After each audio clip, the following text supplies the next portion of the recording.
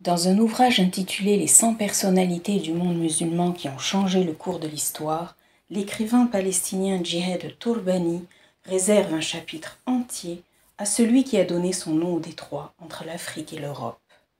Tariq ibn Ziyad, stratège et chef de guerre, ne s'est jamais douté que la conquête de la péninsule ibérique qu'il a entreprise avec succès allait fixer pour 8 siècles les destinées de l'Hispanie, permettant l'instauration d'Al-Andalus, un nouvel espace civilisationnel organisé autour des principes de l'islam et dont la langue d'expression est l'arabe. Voyons ensemble dans quel contexte Tariq ibn Ziyad a vécu, les différents rôles qu'il a joués à Tlemcen, Ceuta et Tanger dans le cadre de la préparation de la conquête et les raisons de la conquête. Un contexte historique. De l'an 418 à 716, la péninsule ibérique est sous domination wisigothe. C'est un royaume issu des invasions germaniques et dont la dernière capitale est Tolède. Au sein du royaume wisigoth, émergent des querelles religieuses entre catholiques et disciples de l'arianisme qui contestent la Trinité. Difficulté supplémentaire, la royauté wisigothe est élective, ce qui entraîne des tensions ou animosités entre les partisans du fils du roi et les partisans d'un ou de plusieurs guerriers. Le royaume wisigoth est donc en proie à des tensions à la fois religieuses et politiques. Sur la rive sud de la Méditerranée, en Afrique du Nord, à Ceuta plus précisément, le gouverneur local de la ville, le comte Julien, dont l'origine est incertaine, est vassal des Wisigoths. Mais le comte Julien est révolté d'apprendre que sa fille Florineda a été agressée par Roderick, le roi des Wisigoths. Humilié, le comte Julien est consumé par un désir ardent de vengeance. Cet affront insupportable à l'honneur de sa famille le pousse à souhaiter la chute du royaume wisigoth. Irrité et déterminé, il cherche par tous les moyens à provoquer cette destruction, quitte à s'allier avec les forces adverses pour y parvenir. À l'est de la côte maghrébine, Moussa ibn Nossaïr, général sous le califat omeyyade de Al-Walid Ier, est nommé en l'an 698 gouverneur de la province musulmane d'Ifriqiya, Tunisie actuelle. Moussa ibn Nossaïr doit achever la conquête musulmane de l'ensemble du Maghreb. La période de Tariq ibn Ziyad coïncide avec la conquête musulmane du Maghreb, la conversion de la population maghrébine à l'islam et à l'instauration du califat omeyyade. Les différents rôles de Tariq ibn Ziyad à Tlemcen, Ceuta et Tanger. La préparation de la conquête. On apprend par l'historien Ibn Abd al-Hakam qui nous a légué l'une des plus anciennes sources historiques sur les conquêtes musulmanes en Afrique du Nord et en Égypte, que des échanges ont eu lieu entre le comte Julien, résident à Ceuta, gouverneur local de la ville et vassal des Wisigoths et Tariq ibn Ziyad qui se trouve alors dans le Maghreb central, à Tlemcen, en Algérie. Tariq ibn Ziyad reçoit une offre d'alliance de Julien, le comte de Ceuta, qui lui propose de faciliter la traversée du détroit vers l'Hispanie. C'est depuis Tlemcen que Tariq ibn Ziyad, agissant au nom de Moussa ibn Nusayr, engage des négociations avec Julien vers le mois d'octobre de l'année 709. Pour sceller cet accord et en signe de bonne foi conformément aux usages diplomatiques de l'époque, Julien envoie ses 2 filles à Tlemcen, où elles sont placées sous surveillance. Ce geste, loin d'être anodin, s'inscrit dans une logique de garantie, il témoigne de la loyauté de Julien et vise à consolider une alliance encore récente et fragile avec Tariq ibn Ziyad. C'est une pratique courante dans les relations politiques médiévales, elle renforce la confiance entre les 2 parties avant leur entreprise commune. Un quartier de Tlemcen conserve encore aujourd'hui le nom de « Porte de Julien », Babilan, témoignage durable des négociations qui s'y sont déroulées. Les discussions entre Tariq ibn Ziyad et le comte Julien avaient un double objectif, recueillir des renseignements précis sur l'Hispanie et mettre en place une logistique complexe, tant navale que terrestre, pour acheminer les troupes musulmanes vers la péninsule ibérique. À cette époque, traverser la Méditerranée avec une armée entière et son ravitaillement représentent un défi opérationnel. Les écrits du IXe siècle d'Ibn Abd al-Hakam soulignent avec force le rôle central de Tlemcen dans cette entreprise. La ville a servi de base arrière stratégique à Tariq, lui offrant un cadre sécurisé pour orchestrer ses préparatifs militaires. Ce détail historique confirme le statut de Tlemcen comme pôle névralgique du pouvoir militaire et politique dans le Maghreb médiéval. Ceuta, un verrou stratégique entre 2 continents. Le géographe Al-Idrissi a souligné dans son livre de Roger l'importance de la position géographique de Ceuta. Ceuta, elle commande le passage entre l'Afrique et l'Europe, constituant un carrefour vital tant pour les échanges commerciaux que pour les flux entre Orient et Occident. Ceuta est une forteresse imprenable située sur le littoral de la mer Océane. Elle est la clé du pays du Maghreb et sa première ville du côté de l'Orient. C'est le lieu où font halte les marchands et où se rencontrent les navires venant du Levant et du Couchant. نزهة. المشتاق. في اختراق الآفاق. أبو عبد الله محمد بن عبد الله بن إدريس القرطبي حسني.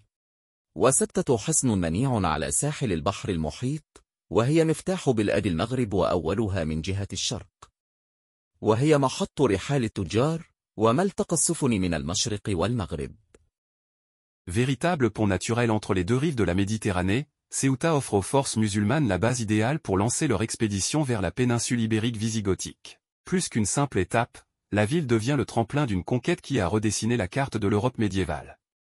La nomination de Tariq ibn Ziyad. Les chroniques médiévales révèlent la progression méthodique de Tariq ibn Ziyad dans la hiérarchie musulmane avant la conquête de la péninsule ibérique. Ibn Abd al-Hakam rapporte que Moussa ibn Nusayr, tout en demeurant à Kérouan, a confié à Tariq le gouvernorat de Tanger. La mission de Tariq ibn Ziyad comportait trois aspects essentiels. Premièrement, l'administration de la ville en tant que gouverneur attitré. Deuxièmement, la surveillance active des côtes maghrébines. Troisièmement, la pacification des tribus berbères récalcitrantes. Ibn al-Athir précise que Tariq a dû d'abord soumettre les tribus hostiles avant de partir à la conquête de l'Hispanie. Une première phase, vers l'an 710, vise l'établissement ferme, la consolidation de l'autorité musulmane sur le Maghreb extrême. Une seconde phase vise l'expansion. Une fois la région sécurisée, les forces sont lancées en direction de la péninsule ibérique. Tariq ibn Ziyad, commandant dont les compétences militaires et la connaissance du terrain avaient justifié son ascension sociale, a ainsi dû accomplir une mission aux multiples facettes. Moussa ibn Nusayr resta dans la ville de Kérouan et plaça Tariq ibn Ziyad qui était un berbère comme gouverneur de Tanger. Tariq ibn Ziyad en prit le commandement et y demeura, surveillant le littoral et combattant les berbères qui lui résistaient. Citation d'Ibn al-Athir.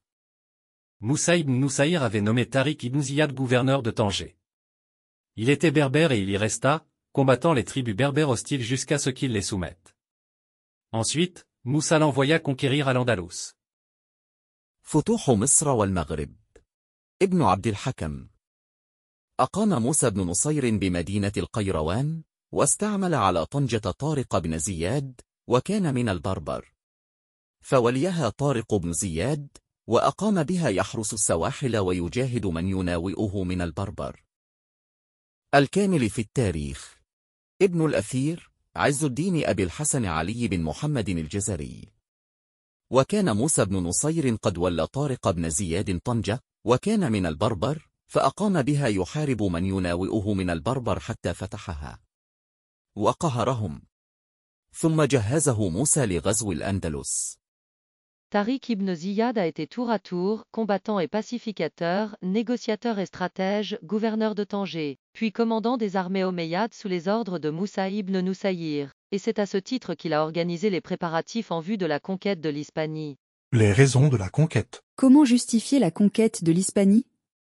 Quelques historiens rapportent que les Arabes islamisés, avec l'enthousiasme propre aux nouveaux convertis, voulaient répandre l'islam par l'épée. Une idée non recevable puisque les musulmans, une fois vainqueurs, n'ont jamais forcé les populations à la conversion. Au contraire, il a maintes fois été répété que les « gens du livre » devaient être respectés. D'autres s'interrogent sur d'éventuels motifs matériels ou politiques. Appât du gain?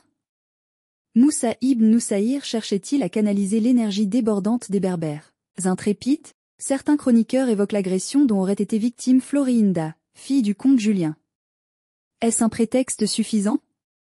Cette agression s'ajoute-t-elle à une perception déjà négative du roi wisigoth? À cette époque, la population de Ceuta comprend de nombreux réfugiés qui fuient conflits et oppression.